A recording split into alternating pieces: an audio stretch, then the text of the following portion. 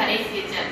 இன்னைக்கு நம்ம என்ன பார்க்க போறோம்னா நல்ல சூப்பரான ஒரு ஸ்வீட் தான் செய்ய போறோம். கடலை மாவு வச்சுதான். அது எப்படி செய்யணும்னு வாங்க பார்க்கலாம். வீடியோ பார்க்கறதுக்கு முன்னாடி நம்ம சேனலை சப்ஸ்கிரைப் பண்ணாதவங்க பண்ணிக்காங்க. பக்கத்துல இருக்கிற பெல் பட்டனை கிளிக் பண்ணி ஆல் கொடுத்துக்கோங்க.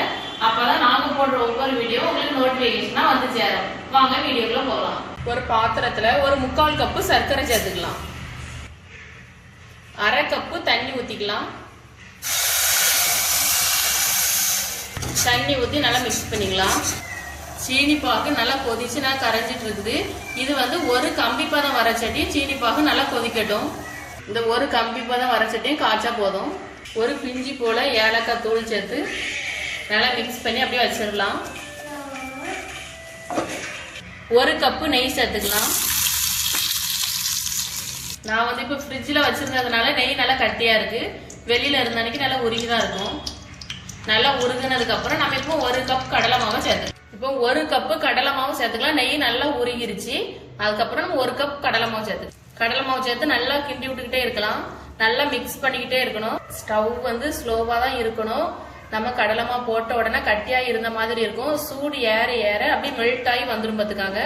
நம்ம ஸ்லோவா வச்சு நல்லா மிக்ஸ் பண்ணிக்கிட்டே இருக்கலாம். நம்ம ஸ்டவ்வை ஸ்லோவா வச்சு நல்லா கிண்டிக்கிட்டே இருக்கணும். அப்பதான் நல்லா மெல்ட் ஆகி வரும்.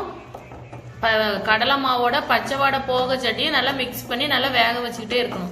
பாருங்க, இப்போ ஒரு 5 நிமிஷம் ஆயிருக்கு. நல்லா இந்த அளவுக்கு நல்லா மெல்ட் ஆகி வந்திருக்கு. நல்லா ஸ்டவ் ஸ்லோவா வச்சு நல்லா மிக்ஸ் பண்ணிக்கிட்டே இருந்தாதான் கடலை மாவோட பச்சை வாடை எல்லாமே போகும். இப்போ நல்லா ஒரு 10 நிமிஷம் ஆயிருச்சு. நல்லா மெல்ட் ஆகி வந்துருச்சு. இப்போ நம்ம காய்ச்சி வச்சிருக்கிற சீனி பாகை நம்ம சேர்த்துக்கலாம். கொஞ்சம் கொஞ்சமா சேர்த்து நல்லா மிக்ஸ் பண்ணிக்கிட்டே இருக்கலாம். கொஞ்சம் கொஞ்சமா சேர்த்துக்கணும். ஸ்டவ் ஸ்லோவா தான் இருக்கணும். ஃபீடா இருக்கக்கூடாது. இப்ப நம்ம எல்லாத்தையுமே சேர்த்தாச்சு. நல்லா மிக்ஸ் பண்ணிக்கலாம். எல்லா இடமும் நல்லா ஈவனா படுற மாதிரி நல்லா மிக்ஸ் பண்ணிக்கிட்டே இருப்போம். இது ஒரு 10 நிமிஷம் கட்டு நல்லா வேகணும். பார்த்துக்காங்க. இந்த மாதிரி நம்ம கிண்டிகிட்டே இருக்கணும். நம்மளுக்கு சீனி பாகு பதம் கரெக்டா இருந்துச்சுனாக்கி நம்மளுக்கு கரெக்டா செட் ஆயிரும். அதனால ரொம்ப கஷ்டப்பட வேண்டியது. நம்ம அடிக்கடி இப்படி கிண்டிக்கிட்டே இருக்கணும். 2 நிமிஷமும் நம்ம அடி பிடிக்காத அளவுக்கு ஸ்டவ் ஸ்லோவா வச்சு நம்ம கிண்டிக்கிட்டே இருக்கணும். இப்ப நல்லா செட் ஆயிருச்சு. நம்ம இந்த டைம்ல ஆஃப் பண்ணிடலாம்.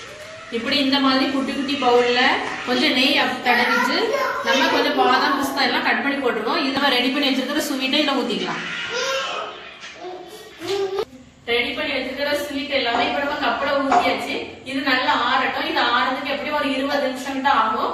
20 நிமிஷம் கழிச்சு பார்க்கலாம். அச்சில ஊத்தி வச்சிருக்க ஸ்வீட் எல்லாமே நல்லா ஆறிட்டு நம்ம நெய் தடவி தான் ஊத்தி இருக்கோம். அதனால நம்ம ரொம்ப கஷ்டப்படல. இப்படி தட்டினாலே விழுந்துரும்.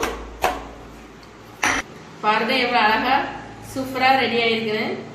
பார்க்க கலர்ஃபுல்லா இருக்கு. இதே மாதிரி எல்லாத்தையுமே நம்ம தட்டி எடுத்துக்கலாம்.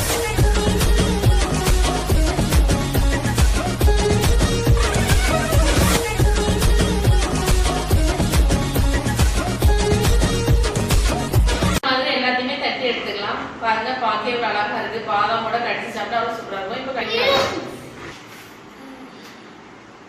பாருங்க ஸ்வீட் சூப்பரா இருக்கு. நல்லா கடிச்சு சாப்பிட நல்லா இருக்கும்.